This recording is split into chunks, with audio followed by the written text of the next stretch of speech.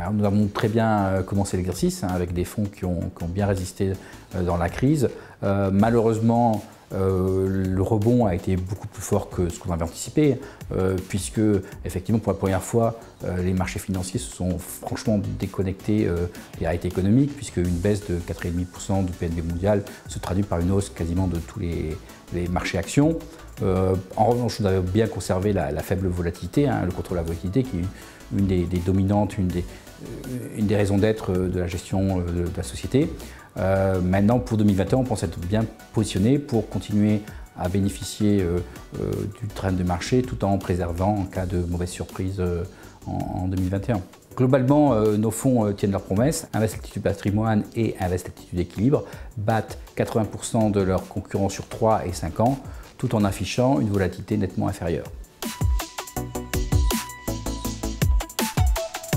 Il est clair que l'annonce des vaccins a été une excellente nouvelle. Ça nous sort de ce qu'on appelle la perspective de Covid à l'infini. En revanche, même si on accompagne et on tient compte de cette bonne nouvelle, en particulier pour les valeurs sensibles à la croissance, on est un peu plus sceptique par rapport à l'euphorie ambiante qui a lieu sur l'ensemble des marchés, y compris un zombie qui est le Bitcoin qui revient sur ses plus hauts d'il y a 3 ans. Aujourd'hui, les marchés pressent la perfection, c'est-à-dire un rebond économique fort, qui aura probablement lieu. Est-ce qu'il sera suffisant? On le verra, mais en même temps, pas suffisant pour faire remonter les taux longs. La question qui se pose donc l'année prochaine, c'est de savoir est-ce qu'on aura assez de croissance économique? Est-ce que les taux ne vont pas continuer à monter?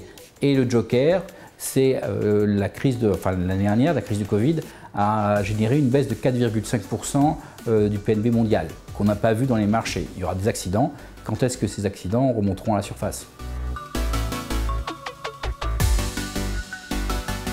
La gamme est positionnée dans son ensemble sur les mêmes marchés. Donc nous avons augmenté notre exposition actions, sensiblement, pour revenir au niveau du benchmark de 60% et 30% pour patrimoine.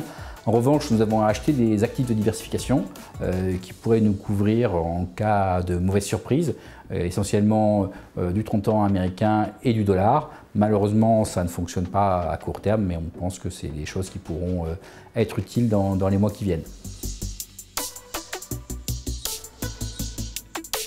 Nous, notre approche obligataire est simple. Les obligations en intérêt, c'est la diversification. Elles ont tendance à monter quand les marchés baissent. Mais pour cela, il faut être correctement rémunéré. Et aujourd'hui, le seul endroit où on voit une rémunération correcte sur les obligations, c'est le marché américain, un peu les marchés émergents aussi. Et donc, c'est pour ça que l'essentiel de notre position obligataire est investi sur les obligations américaines. Malheureusement, depuis le mois d'août, alors que les taux européens baissaient, alors que la zone euro s'enfonce dans la déflation, les taux américains ont remonté. Ils ont plus de potentiel maintenant, mais ça a un peu pénalisé la performance jusqu'à présent.